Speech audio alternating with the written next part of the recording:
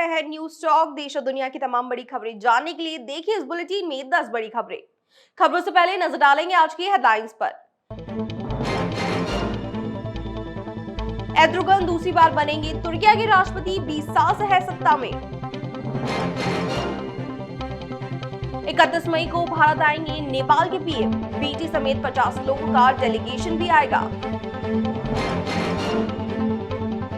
अफसरों का रेप की साजिश में फंसाना चाहते थे इमरान, होम मिनिस्टर बोले जांच एजेंसियों ने कर ली थी कॉल रिकॉर्ड।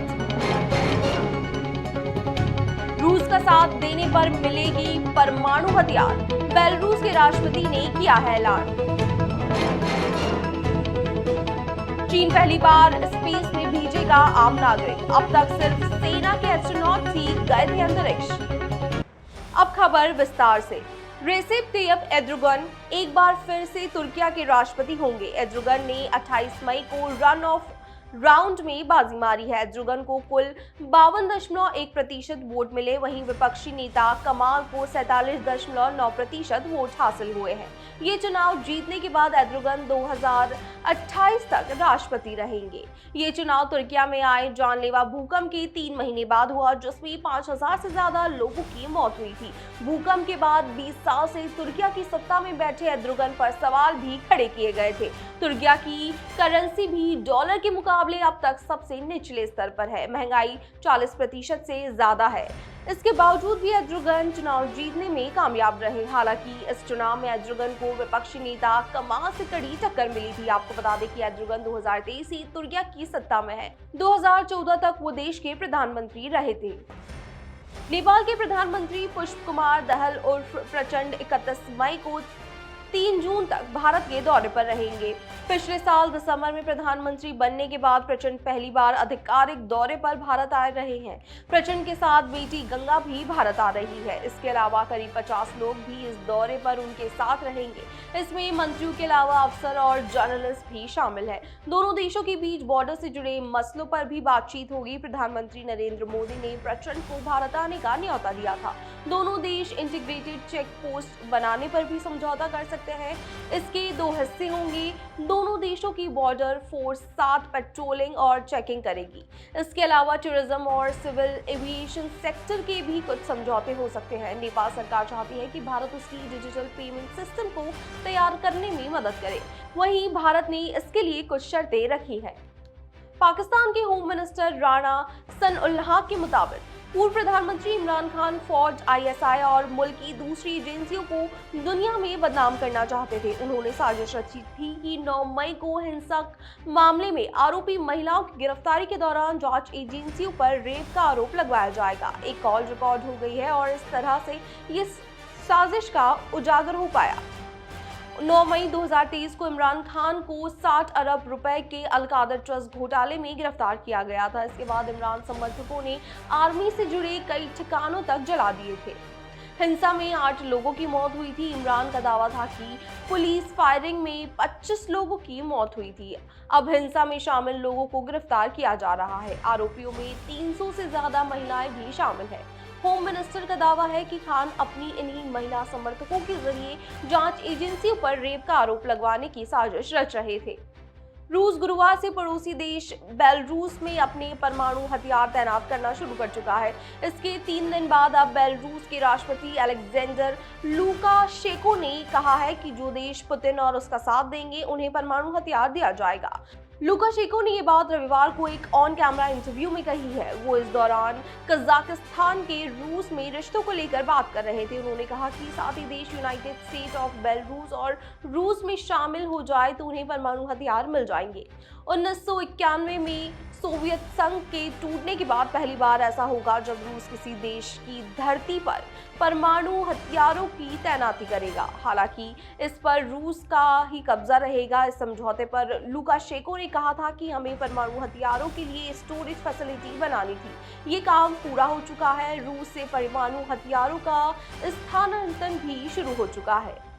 चीन की कम्युनिस्ट सरकार पहली बार किसी आम एस्ट्रोनॉट को स्पेस में भेजने की तैयारी कर रही है। इससे पहले चीन की तरफ से सिर्फ सेना के एस्ट्रोनॉट्स को अंतरिक्ष में भेजा गया था।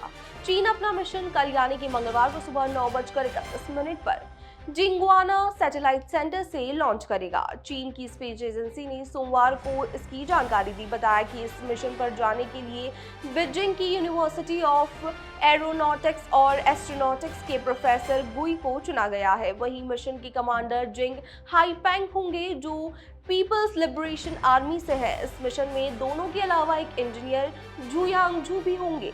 इसके अलावा चीन 2030 तक चांद पर पहुंचने की भी तैयारी कर रहा है। इसके लिए चीन की मिलिट्री के स्पेस प्रोग्राम पर कई बिलियंस भी खर्च किए जा चुके हैं। कनाडा की टॉप 10 गैंगस्टर्स में शामिल अमरप्रीत समरा उर्फ चक्की की गोली मारकर हत्या कर दी गई है। अमरप्रीत वैंकूवर में एक शादी में शामिल होने पहुंचा था। जैसे ही वह शादी समारोह से बाहर निकला, उस पर ताबड़तोड़ गोलियां बरसाई गई। इस हमले में उसकी मौत हो गई। अमरप्रीत ने अपनी मौत से 30 मिनट पहले डांस भी किया था। उस वक्त कार्यक्रम में करीब 60 गेस्ट मौजूद थे। अमरप्रीत की हत्या में कितने शूटर शामिल थे, अभी इसका खुलासा नहीं हुआ है। माना जा रहा है कि अमरप्रीत समरा के प्रतिद्वंदी ब्रदर्स कीपर्स ग्रुप ने इस हत्या को अंजाम दिया है। आशंका है कि शूटर इसी ग्रुप के थे और आपसी दुश्मनी के चलते अमरप्रीत की हत्या की गई है। इस हत्याकांड के बाद सरे डेल्टा बॉर्डर पर एक जलता हुआ वाहन भी मिला है। पुलिस को शक है कि यह वाहन हमलावर का हो सकता है। इजराइल की खुफिया एजेंसी मोस्ता के पूर्व चीफ योसी कोहान के मुताबिक इजराइल और सऊदी अरब के बीच रिश्ते जल्द सामान्य हो सकते हैं। कोहेन ने कहा है कि मेरे हिसाब से दोनों मुल्कों के बीच नॉर्मल रिलेशन शुरू होने से अब कोई दिक्कत नहीं है। ये बिल्कुल मुमकिन है कि इजराइल और सऊदी एक प्लेटफॉर्म पर नजर आएंगे। कोहेन ने आगे कहा कि दोनों देशों के पास ऐसे नेता हैं जो बिना डरे और परेशान हुए इस तरह के फैसले ले सकते हैं। उन्हें अच्छी तरह से पता है कि इन मुश्किल कामों को किस तरह से किया जाता है। ऑस्ट्रिया के हिटलर के घर को अब पुलिस स्टेशन बनाने की तैयारी की जा रही है, जहां पुलिस वालों का मानवाधिकारों की ट्रेनिंग दी जाएगी। एक रिपोर्ट के मुताबिक ये जगह ऑस्ट्रिया के ब्राउनो में है, जो जर्मनी के बॉर्डर से काफी करीब है। हिटलर यहाँ 20 अप्रैल 1889 में पैदा हुआ था। हालांकि वो 3 साल की उम्र तक ही वहां रहा था। किराए का घर होने की वजह से हिटलर का परिवार वहां से चला गया था। 2016 में काफी लंबे विवाद के बाद ऑस्ट्रिया की सरकार ने इस बिल्डिंग को खरीद लिया था।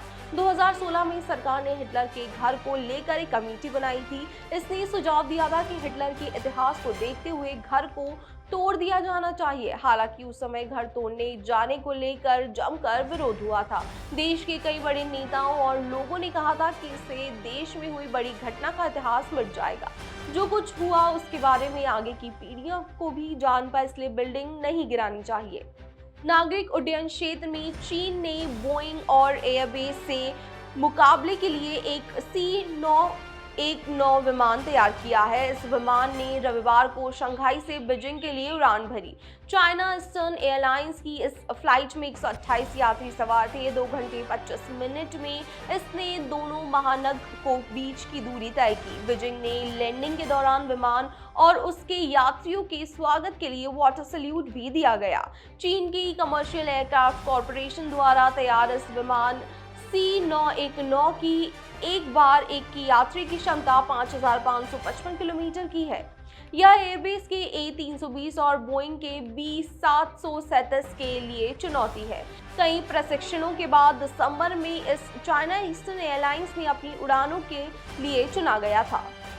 अमेरिका में रहने वाले एक भारतीय कंप्यूटर साइंटिस्ट का कहना है कि इस साल यानी कि 2023 के आखिर तक मानव चेतना यानी कि ह्यूमन कॉन्शियसनेस कंप्यूटर पर अपलोड हो सकेगी। इसके लिए उन्होंने लोगों से परिवार के बुजुर्ग और प्रिय सदस्यों की आवाज और वीडियो को रिकॉर्ड करने के लिए कहा है। एक रिपोर्ट के मुताबिक डॉक्टर प्रदीप देसाई ने कहा है 2D, 3D होलोग्राम और आर्टिफिशियल इंटेलिजेंस यानी कि AI की मदद से लोगों को जिंदा किया जा सकता है। Transcript data, new voice synthesis और वीडियो मॉडल की मदद से जल्द ही ह्यूमन कॉन्शियसनेस को कंप्यूटर अपलोड करने की प्रोसेस शुरू हो सकती है।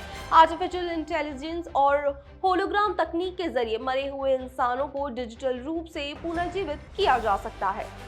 आज की खबरों में बस इतना ही। ऐसी ही और दुनिया की और देश की तमाम बड़ी खबरें जानने के लिए जुड़े रहिए न्यूज़ टॉक के साथ। मैं हूं श्रुति।